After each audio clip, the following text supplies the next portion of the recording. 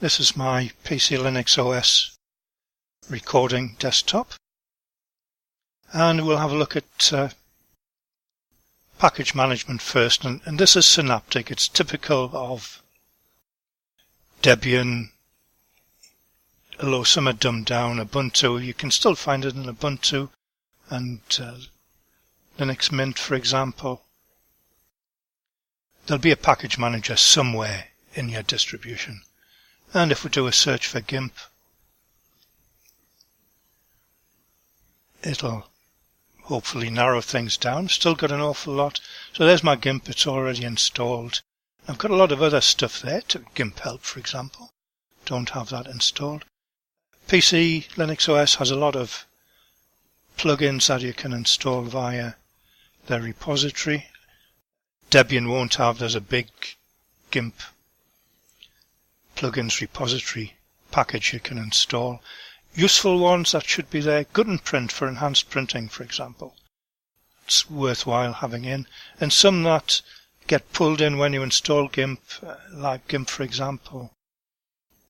Some that you don't need, Perl. But it's worth having a look through to see what you can install via your repository. Usually it's as simple as that. It tells you a little bit about it. And in Synaptic, if you don't want it, you can unmark it like that. So that's a little bit about package management and GIMP. Now, once you've installed it, we'll have a look at file management and a typical file manager. This is KDE and Dolphin, but they're all very similar. You need to know about hidden files. Somewhere in your file manager there'll be a setting for hidden files. That's anything starting with a dot in Linux is hidden. And splitting files, or splitting, not splitting files, splitting the view so that you can easily copy from one location to another is useful provision. Looking in root, the first place for GIMP files, remember this is your root partition folder, is GIMP2, well, etc. And we got these text files. These are your basic text files that hold global configurations. We'll look at a bit later in your GIMP profile, but that's root, etc.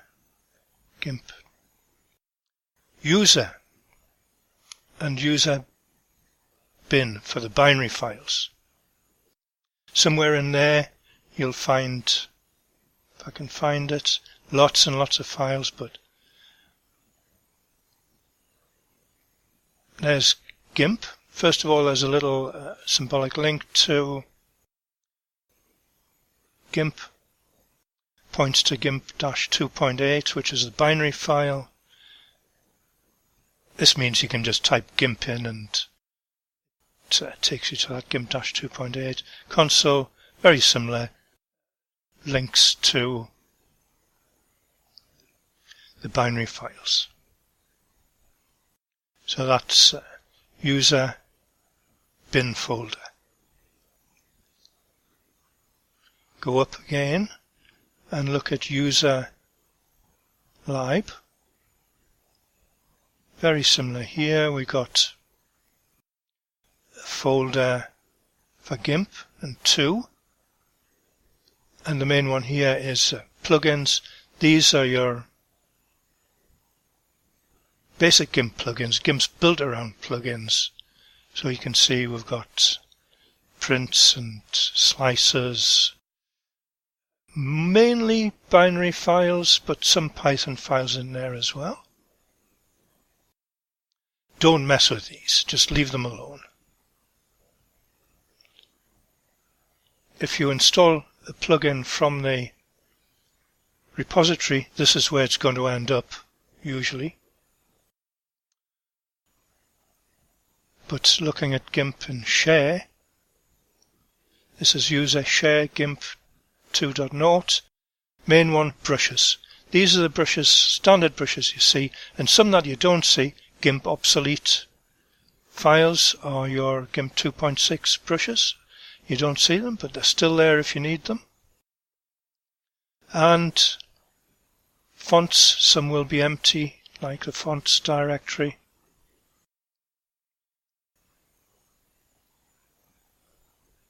GIMP will use your system fonts and anything that's in there.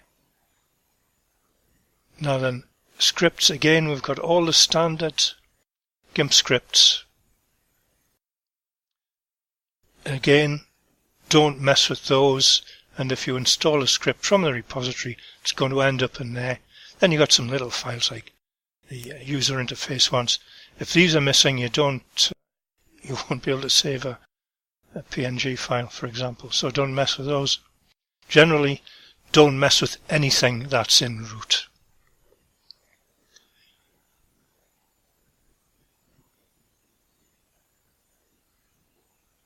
So we'll look at what's called your GIMP profile now.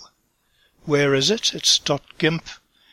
What did we say right at the beginning? You need to enable show hidden files. Anything starting with a dot is a hidden file.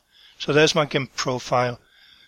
And it replicates to a large degree what we've already seen in root. For example, this, we had a look at this before. This is a very much trimmed down version. Anything you put in there will override the global settings just for you and nobody else. What can we look at?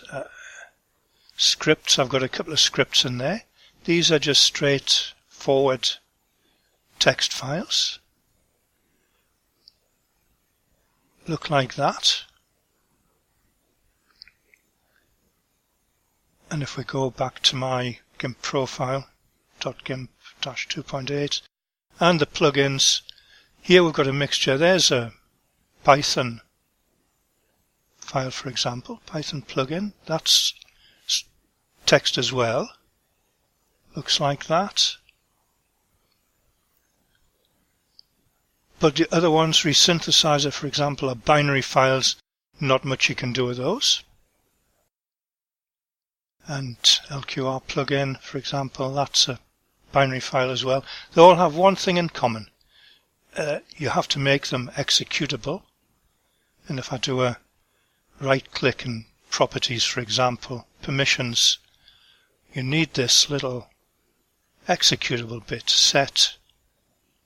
You can do this through a terminal, but to see it easily, I'm using the file manager. So those are the plugins in your GIMP profile. Fonts, I don't have any fonts in there. Just a hint, if you want fonts to be shared between different applications, say Inkscape, a good place to put fonts is in your home folder or directory in a .fonts folder. GIMP will see these, so will Inkscape and other applications.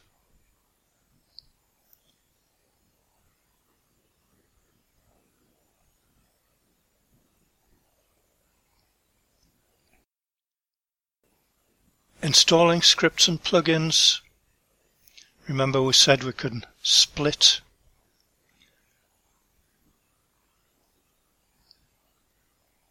a file manager, usually, not all of them, but most of them.